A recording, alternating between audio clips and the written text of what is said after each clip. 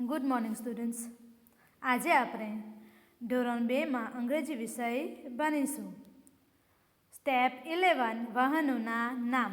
આપણે 1 થી 10 સ્ટેપની સમજ આપણે મેળવી ગયા છે. આજે આપણે સ્ટેપ 11 એટલે કે સ્ટેપ 11ની સમજ મેળવીશું. સ્ટેપ 11નું નામ છે વાહનોના નામ. વાહનોના નામ. વાહનોને અંગ્રેજીમાં શું કહેવાશે? વ્હીકલ. VEHICLE વ્હીકલ એટલે વાહન. વાહનોના નામ વ્હીકલ્સ નેમ. વર્કશીટ 79. હવે જો બાળકો અહીં આપણને કેટલાક ચિત્રો આપ્યા છે, એના અંગ્રેજી સ્પેલિંગ આપ્યા છે, ઉચ્ચાર આપ્યા છે અને અર્થ આપ્યા છે. તો આપણે બધું વાંચવાનું છે, સમજવાનું છે, લખવાનું છે અને યાદ રાખવાનું છે. આપણે ચોપડીમાં પણ લખવાનું છે અને નોટમાં પણ લખવાનું છે. પહેલું આપ્યું છે આપણે સાયકલનું ચિત્ર આપ્યું છે. BICYCLE બાઇસિકલ એટલે સાયકલ. પછી છે મોટરસાયકલ, બરાબર? એને આપણે કહીએ છીએ બાઇક. તો BIKE બાઇક એટલે મોટરસાયકલ. પછી ગાડું આપ્યું છે CART કાર્ટ એટલે ગાડું. Motor car. તો CAR કાર એટલે મોટર કાર. વિમાન. તો AEROPLANE એરોપ્લેન એટલે વિમાન. બસ. BUS બસ એટલે બસ. હોડી.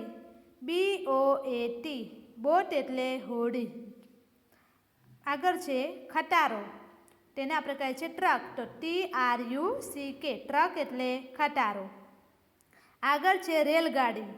TRAIN ટ્રેન એટલે રેલગાડી. આપણે ટ્રેન જ બોલીએ છીએ. અને આ છેલ્લું છે જહાજ. શિપ એટલે જહાજ. તો SHIP શિપ એટલે જહાજ. બાળકો, હોડી અને જહાજ આ બંને ચિત્રમાં તમારે ધ્યાન રાખવાનું છે. કારણ કે ઘણી વખત કેટલાક બાળકો કેવું કરે છે કે હોડીને શિપ લખી દે છે અને જહાજને બોટ લખી દે છે. એટલે આપણે ચિત્રો જોવાના છે, ધ્યાન રાખવાનું છે, યાદ રાખવાનું છે અને સમજવાનું છે. આ હતા આપણે આ રીતે વાહનોના નામ હતા. તો તે આપણે મોઢે કરવાના છે અને સમજવાના છે. આગળ છે એની જ્ઞાન કસોટી. વર્કશીટ 80 એટલે કે વર્કશીટ 80. ચિત્ર જોઈ સાચા સ્પેલિંગ સામે ગોરમાં ઘાટું કરો.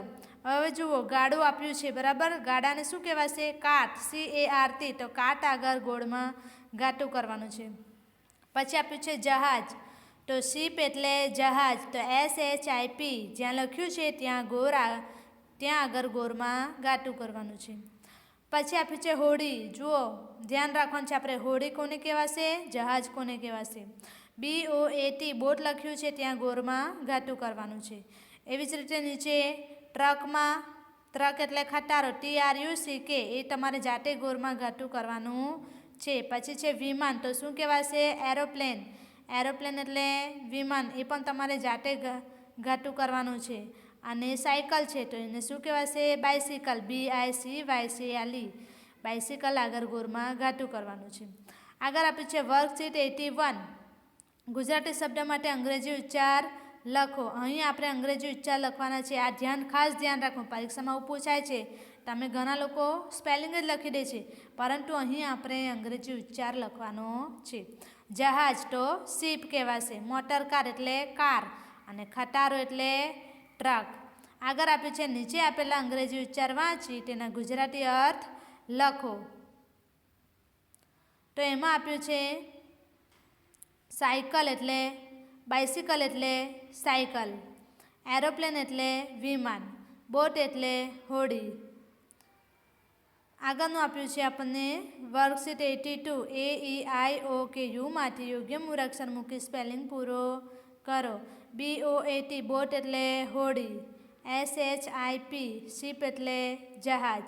BIKE બાઇક એટલે બાઇક. BUS બસ એટલે બસ. આગળ છે આપણને અંગ્રેજી સ્પેલિંગ લખો અને શબ્દકોયડો પૂરો કરવાનો છે. તો ચિત્ર આપ્યા છે એ રીતે આપણે સ્પેલિંગ લખવાની છે. તો આડી લીટીમાં આપ્યું છે, આડો એરો આપ્યો છે કાર્ટ. તો CART અને ઊભો એરો આપ્યો છે ત્યાં CAR કાર. પછી છે જહાજ.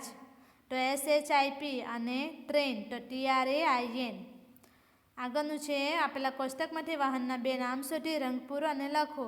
તો પહેલી લીટીમાં આપણને આપ્યું છે બસ, BUS, તો એ નામ શોધવાનું છે અને ત્યાં રંગ પૂરવાનો છે અને એ સ્પેલિંગ પાછું નીચે 1 નંબરમાં લખવાનું છે. પછી ત્રીજી લીટીમાં આપ્યું છે SHIP, શિપ એટલે જહાજ, તો તેમાં પણ રંગ પૂરવાનું છે.